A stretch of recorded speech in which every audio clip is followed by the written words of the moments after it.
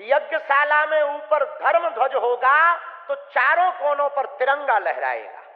यज्ञशाला में पीठ के रूप में हनुमान जी बैठेंगे तो बाहर पूरी यज्ञशाला में देव रूप में शहीद जो हमारी भारत की आर्मी के वीर सपूत हुए हैं उनका चित्र लगाकर उनकी पूजा की जाएगी और परिक्रमा करवाया जाएगा। अब राम कथा बहुत हुई है, अब भारत को राष्ट्र कथा की आवश्यकता है। राष्ट्र बचेगा तो राम बचेंगे, राष्ट्र नहीं बचेगा तो राम नहीं होंगे। राम में भारत बसता है और भारत में राम बसते हैं। नमस्कार, जय मसीह की। प्रभु यीशु मसीह में आप सबों को हमारे चैनल द लाइट अपॉलजेटिक्स में स्वागत करते हैं। मसीह मेरे प्रियो, शुरुआत में आप लोगों के सामने एक वीडियो क्लिप आपने सुना जहां पर पंडित धीरेंद्र शास्त्री का एक बयान आप लोगों के सामने मैंने रखा है। सुनने को तो बहुत अच्छा लगा, ये बात सुनने को तो बहुत अच्छा लगा। और कुछ लोग, कोई हिंदू भाई बहन है तो वो लोग कहेंगे कि आप इनमें और क्या कमियां निकाल रहे हो। तो आज मैं कुछ बात मैं कहना चाहूंगा, तो बहुत ही गंभीर बात है, बहुत ही सीरियस बात है। और इन बातों को मैं एक मसीही बन के नहीं, लेकिन एक हिंदू बन के मैं आप लोगों के सामने में रखना चाहता हूं। वैसे तो हम सब हिंदू हैं जो इस हिंदुस्तान की जमीन पर, हिंदुस्तान की धरती पे जो पैदा हुए हैं, जो भारत में रहते हैं, हर एक वो शख्स जो भारत में पैदा हुआ, भारत में रहता है, भारत का नागरिक है, वो हिंदू है। क्योंकि हिंदुस्तान में रहने वाला हर एक वो शख्स हिंदू है। और अगर हिंदू की परिभाषा अगर ये है कि 32 करोड़ या 33 करोड़ जितने देवी देवता है उनको मानना, उनकी पूजा करना, अगर ये हिंदू है तो मैं नहीं मानता हूं कि मैं एक हिंदू हूं। तो आज मैं एक हिंदू के दृष्टिकोण से, और वो हिंदू का मतलब ये है कि भारत की देवी देवताओं को मानना, उनको पूजा करना, उनको दंडवत करना, उसके दृष्टिकोण से एक हिंदू बन के मैं चीजों को देखूंगा और आप लोगों के सामने मैं चीजों को रखने का प्रयास करूंगा। वीडियो बहुत ज्यादा इंटरेस्टिंग है और बहुत ही ज्यादा ज्ञानप्रद ये वीडियो होगा। आप इसको एंड तक जरूर सुनिएगा और इस वीडियो को आगे जरूर से शेयर करिएगा। तो चलिए बिना किसी देर के आज की वीडियो को स्टार्ट करते हैं। सो मसीह मेरे प्रियो, फाइनली मैं एक हिंदू हूं और मैं सभी देवी देवताओं को मानता हूं और मैं ईश्वर मतलब भगवान राम की पूजा करता हूं, उन्हें मैं पूजता हूं, उन्हें मानता हूं। और मैं भगवान राम को ऐसे देखता हूं कि वो संसार के सृष्टि करता है, संसार को उन्होंने बनाया है, उन्होंने सिरजा है और मैं उनको पूजता हूं क्योंकि उन्होंने मुझे भी बनाया है, पूरे कायनात को उन्होंने बनाया है। और मैं उनकी पूजा इसीलिए करता हूं क्योंकि वो सर्वशक्तिमान ईश्वर है। इसके आधार पे मैं जो महाराज धीरेंद्र शास्त्री ने जो कुछ कहा है, उनके बातों का एक हिंदू होते हुए मैं उनका खंडन करना चाहता हूं। पंडित धीरेंद्र शास्त्री जी ने 4 बातें कही, जो मैं आप लोगों के सामने जो वीडियो दिखाया था उनमें से मैं 4 बातों का मैं खंडन करना चाहूंगा। पहली बात यह है, उन्होंने ये कहा कि ऊपर धर्म ध्वज होगा तो चारों तरफ तिरंगा लहराएगा। यज्ञशाला में ऊपर धर्म ध्वज होगा तो चारों कोनों पर तिरंगा लहराएगा। दूसरी बात उन्होंने कहा कि हनुमान जी पीठ में विराजमान होंगे, पीठ में बैठेंगे तो जो देश के शहीद है वो चारों तरफ देव रूप में पूजा पाएंगे। यज्ञशाला में पीठ के रूप में हनुमान जी बैठेंगे तो बाहर पूरी यज्ञशाला में देव रूप में शहीद जो हमारी भारत की आर्मी के वीर सपूत हुए हैं उनका चित्र लगाकर उनकी पूजा की जाएगी। और तीसरी बात, राम कथा बहुत हुई है, अब राष्ट्र कथा होनी चाहिए। कि अब राम कथा बहुत हुई है, अब भारत को राष्ट्र कथा की आवश्यकता है। मतलब राम कथा बहुत हो गया है, अब राम कथा नहीं लेकिन अब राष्ट्र कथा होगी। चौथी बात जो धीरेंद्र शास्त्री जी ने कहा कि राष्ट्र बचेगा तो राम बचेगा। राष्ट्र बचेगा तो राम बचेंगे, राष्ट्र नहीं बचेगा तो राम नहीं होंगे। अब मैं एक हिंदू होने के नाते इसका खंडन मैं क्यों कर रहा हूं उसको आप सब लोग को समझ में आ जाएगा। देखिए, हम ईश्वर के ईश्वरत्व को एक सीमा के अंदर बांध के नहीं रख सकते हैं। भगवान राम अगर सारे कायनात को बनाए हुए हैं, भगवान राम अगर वो समग्र सृष्टि के रचयिता है तो वो केवल भारत के लिए नहीं है लेकिन समग्र विश्व के लिए है। अगर आपके अंदर भगवान के प्रति आस्था है तो आपको केवल भारत के प्रति ही नहीं सोचना चाहिए, लेकिन पूरे विश्व के प्रति सोचना चाहिए। भगवान राम को पूजने वाली जो भी बातें भारत पे लागू होती है, तो आपको चाहिए कि पूरे विश्व में उन बातों को लागू करने की मांग रखनी चाहिए। हम भगवान का दर्जा किसी व्यक्ति, किसी महापुरुष, किसी विशेष व्यक्ति को हम कभी नहीं दे सकते। जैसे कि धीरेन्द्र शास्त्री ने कहा, ऊपर धर्म ध्वज होगा तो चारों तरफ तिरंगा लहराएगा। तिरंगा एक देश, पर्टिकुलर एक ही देश को संबोधित करता है, और आप तिरंगा जहां लगा रहे हैं, धीरेन्द्र शास्त्री का ये पूरा प्रवचन आप सुन लेना, वहां पर इनका कहने का तात्पर्य यही था कि तिरंगा जहां लहराया जा रहा है उस जगह में भगवान का झंडा लहराया जाना चाहिए था। लेकिन यहाँ पर धीरेन्द्र शास्त्री जी का कहना यह है कि वहां पर तिरंगा लहराया जाएगा। देखिए, सम्मान वही होता है जो कि जिसको एक व्यक्ति को उसी के दर्जे में उसको रख के, उसको उसी के दर्जे में संबोधित करके उसको उसका दर्जा देना, उसको सम्मानित करना, वही विशेष सम्मानजनक बात होता है। उदाहरण के लिए मैं एक बात आप लोगों से कहूंगा, एक स्कूल का चपरासी है, और अगर उस स्कूल के चपरासी को अगर मैं उसको सम्मान करूं, तो मैं उसे अगर कहूंगा प्रिंसिपल जी आपको प्रणाम, तो वो जो स्कूल का चपरासी है वो सम्मानित नहीं होगा, लेकिन वो स्कूल का चपरासी को अपमान लगेगा। वो कहेगा क्यों मेरी मजाक उड़ा रहे हो, मेरा मजाक क्यों बना रहे हो। क्या आप उसको अगर प्रिंसिपल कहते हैं तो क्या वो उसके लिए आप सम्मानजनक बात कह रहे हैं? जी बिल्कुल नहीं। लेकिन वो एक चपरासी है, चपरासी साहब नमस्कार करेंगे तो वो बड़े प्रेम से आपका नमस्कार को स्वीकार करेगा और उसे बड़ी प्रसन्नता होगी, क्योंकि आपने उसके पद को सम्मानित करते हुए आपने उसको सम्मान दिया है। ठीक वैसा ही अगर आप भगवान के ध्वज के जगह में अगर आप देश का ध्वज को लगाते हैं, तो इसमें ना ही भगवान का सम्मान होता है, ना ही देश का सम्मान होता है। देश का सम्मान आप तभी करेंगे जब आप देश को उसी स्थान पर रखेंगे जो स्थान उसको दिया जाना चाहिए। ठीक वैसा ही आपने कहा कि पीठ में हनुमान जी होंगे और चारों तरफ जो देश में जो शहीद होने वाले जो शहीद लोग हैं उनको पूजा जाएगा। देखिए, पूजा जाएगा किसको? उसी को जो पूजा पाने के योग्य है। मतलब हम केवल ईश्वर की ही भक्ति कर सकते हैं। ईश्वर के जगह में कोई भी व्यक्ति, लोग आंख बंद करके अपने माता पिता को भी भगवान मान बैठते हैं, जो कि सरासर गलत है। माता पिता हमारे माता पिता है, वो आदर के योग्य है। हमें उनका आदर करना चाहिए, हमें उनका सम्मान करना चाहिए, हमें उनकी आज्ञाओं को पालन करना चाहिए, ना कि उनको पूजना चाहिए। क्योंकि पूजा पाने का योग्य केवल एक ही है, और वो है ईश्वर। हमें केवल ईश्वर को ही पूजना चाहिए, ना कि किसी व्यक्ति विशेष को, ना ही कोई महान व्यक्ति को। हमें कभी भी ईश्वर का दर्जा किसी व्यक्ति को, किसी महान पुरुष को देना नहीं चाहिए। अन्यथा हम ईश्वर के ईश्वरत्व को सीमित कर रहे हैं, हम ईश्वर के ईश्वरत्व को सीमा में बांधने का प्रयास कर रहे हैं। पंडित धीरेन्द्र शास्त्री जी कहते हैं कि राम कथा बहुत हुई, अब राष्ट्र कथा की बात करने की आवश्यकता है।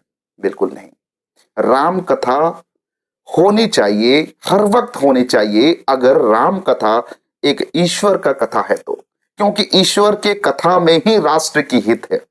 अगर राष्ट्र का हित होगा तो राष्ट्र के लिए राष्ट्र की कथा कहने की आवश्यकता नहीं है। राम कौन है? राम एक अनुशासन को बनाए रखने वाला एक ईश्वर है। राम कौन है? राम कभी भी दूसरे का अनिष्ट नहीं चाहता। राम कौन है? कभी भी दूसरे का बुराई नहीं चाहता, कभी भी अन्याय नहीं करता, कभी भी भेदभाव नहीं करता, कभी भी पक्षपात नहीं करता, कभी भी दुश्मनी नहीं मोल लेता। वो है राम। और राम कथा जहां होगी वहां पर राष्ट्र का हित ही होगा। तो इसीलिए अब राष्ट्र की बात करना है, राम की बात नहीं करना है, यह बिल्कुल गलत है। अगर आप मानते हैं कि राम सर्वव्यापी, सर्वशक्तिमान, हर जगह में विराजमान, समग्र विश्व को बनाने वाला एक ईश्वर है, तो राम कथा अनिवार्य है, होनी ही चाहिए। भले ही बात सुनने के लिए हमें बहुत अच्छा लगता है, लेकिन दरअसल वो वैसा है नहीं।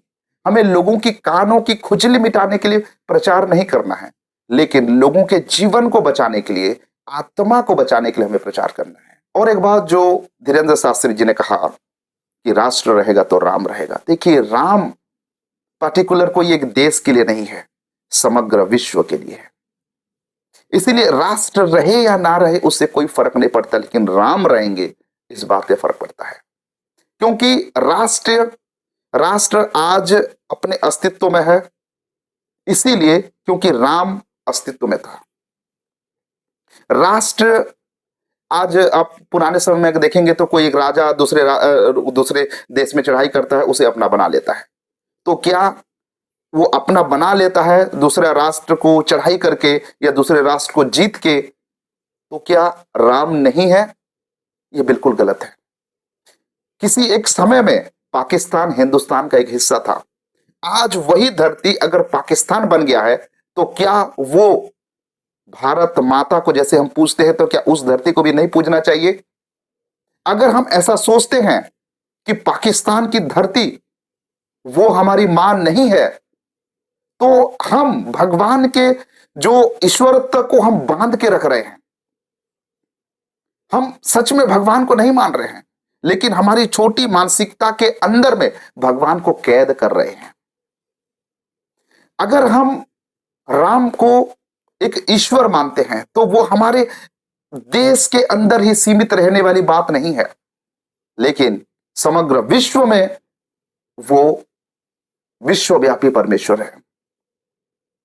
मैं आज आप लोगों के सामने यही बात मैं क्लियर करना चाहता हूं कि अगर आप एक सच्चे हिंदू हैं, तो एक सीमा में बांध के ईश्वर के ईश्वरत्व को मत देखिए, लेकिन अगर ईश्वर है तो वो सर्वव्यापी ईश्वर है, पूरे दुनिया को बनाने वाला है, पूरे कायनात को बनाने वाला है, समग्र ब्रह्मांड को रचने वाला एक ईश्वर है, जिसको हम कभी भी अपने सोच, अपने बुद्धि, अपने विवेक, अपने विचारों के अंदर में कैद नहीं कर सकते।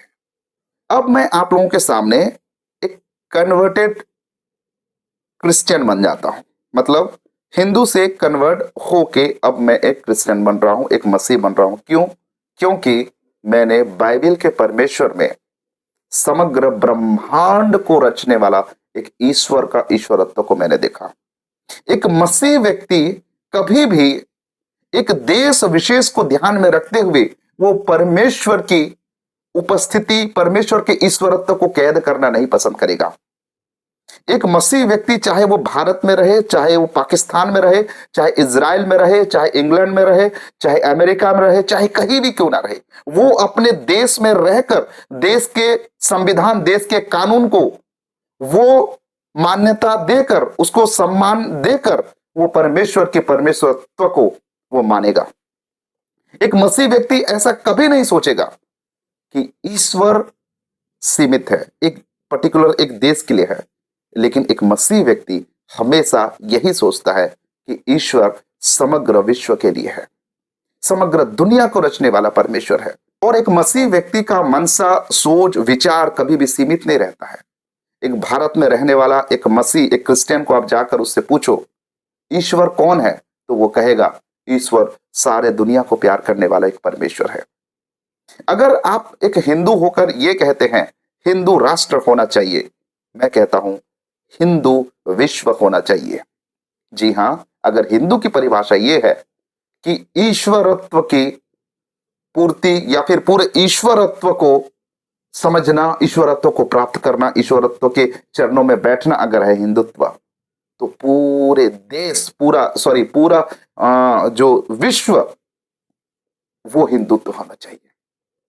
जो मसीह लोग करते हैं, एक क्रिश्चियन व्यक्ति, एक क्रिश्चियन विश्वासी करते हैं कि पूरे दुनिया में परमेश्वर का प्रचार होना चाहिए, प्रभु यीशु मसीह को जानना चाहिए। क्योंकि प्रभु यीशु मसीह ने कहा कि तुम जाकर जगत के कोने कोने में प्रचार करो, जगत के अंत तक सदैव मैं तुम्हारे साथ हूं, तुम जाओ और प्रचार करो। इसीलिए प्रभु यीशु मसीह के चेले अलग अलग प्रांत में जाके सुसमाचार प्रचार किए, समग्र विश्व के लिए उन्होंने एक संदेश दिया। पेंतिकुस्त के दिन में जब पवित्र आत्मा का आगमन हुआ, तो जो चेले थे वो विश्व के तमाम जगह के जो भाषाओं में वो प्रचार कर रहे थे, क्योंकि पूरे दुनिया को सुसमाचार चाहिए, पूरे विश्व को सुसमाचार चाहिए। इसीलिए चेलों ने अलग अलग भाषा में उन्होंने प्रचार किया, क्योंकि परमेश्वर कभी किसी का पक्षपात नहीं करता। अगर परमेश्वर इज़राइल में आया तो केवल इज़राइली लोगों तक वो सुसमाचार सीमित नहीं था, लेकिन परमेश्वर ने अनेक प्रकार की भाषाओं का वरदान दिया चेलों को, ताकि चेले जाकर दुनिया के अलग अलग प्रांत में सुसमाचार का प्रचार कर सके। और आज आप सभी लोग जानते हैं कि दुनिया के अलग अलग प्रांतों में प्रभु यीशु मसीह का सुसमाचार बड़े जोर शोर से होता है। और आज अगर सबसे ज्यादा भाषियों में अनुवाद होने वाला अगर एक पुस्तक है तो वो बाइबल है। बाइबल है सबसे ज्यादा प्रिंट होने वाला, सबसे ज्यादा बिकने वाला, सबसे ज्यादा अलग अलग भाषाओं में ट्रांसलेट किया जाने वाला एक पुस्तक है तो वो बाइबल है। क्योंकि परमेश्वर नहीं चाहता है कि कोई भी व्यक्ति परमेश्वर के परमेश्वरत्व से अपरिचित रहे या फिर परमेश्वर की ईश्वरत्व को न जाने। परमेश्वर नहीं चाहता है। इसीलिए परमेश्वर ने यह प्रबंध किया, ये योजना दिया कि हर एक लोग परमेश्वर का सुसमाचार जाने। आज दुनिया के तमाम जहां पर ठीक से सूरज का रोशनी नहीं पहुंचती, वहां पर सुसमाचार पहुंचा हुआ है। और ये सच में ये ईश्वर की ईश्वरत्व ही है। बाइबल ही एक ऐसा मार्ग है, बाइबल ही एक ऐसा उपाय है जहां पर आप ईश्वरत्व की सही परिभाषा को आप समझ सकते हैं। तो मसीह मेरे प्रियो, इस वीडियो को आप लोगों तक शेयर करिए, लोगों तक पहुंचाइए, ताकि लोगों के अंदर में जो भी क्रिश्चियनिटी के प्रति, प्रभु यीशु मसीह के प्रति जो गलत धारणाएं हैं, वो उनके आंखों से वो पर्दा हट सके। आज मैं आप लोगों से कहना चाहता हूं, केवल हिंदुओं में नहीं, जैसे कि जो बाबा बागेश्वर के वाले जो बाबा को मैंने कहा कि वो एक मोटिवेशनल पिक्चर की तरह प्रचार कर रहे हैं, लेकिन हमारे क्रिश्चियनिटी में भी अगर मैं एक प्रचारक का अगर नाम भी मैं डायरेक्ट तौर पे लूं तो अंकित सजवान एक पास्टर है जो कि मोटिवेशनल प्रचार करते हैं। लोगों को सुनने के लिए, उनके कानों की खुजली मिटाने के लिए बहुत अच्छा प्रचार करते हैं, लेकिन वास्तविकता उससे कहीं अलग हटकर होती है। इसीलिए आज हमें संसार का ज्ञान के आधार पे हमें चीजों को नहीं परोसना है। अगर संसार के ज्ञान के आधार पे अगर हम चीजों को देखेंगे, सुनेंगे, तो हमें सुनने के लिए हमारे कानों को बहुत मधुर लगेगा, बहुत मजा आएगा, लेकिन उसमें हम परमेश्वर की परमेश्वरत्व को नहीं समझ पाएंगे। ईश्वर के ईश्वरत्व से हम कोसों दूर रहेंगे। सो आज के लिए बस इतना ही। और हाँ, मैं आप लोगों से एक रिक्वेस्ट करना चाहूँगा कि आप हमारी मिनिस्ट्री, हमारी सेवकाई को आप सहयोग करें, ताकि हम हमारी सेवकाई को और भी आगे बढ़ा सकें। तो आज के लिए बस इतना ही। मिलते हैं अगले और एक नए वीडियो के साथ। तब तक के लिए प्रभु आप सबका आशीर्वाद करे। आप सबों को नमस्कार। जय मसीह की। Praise the Lord. God bless you.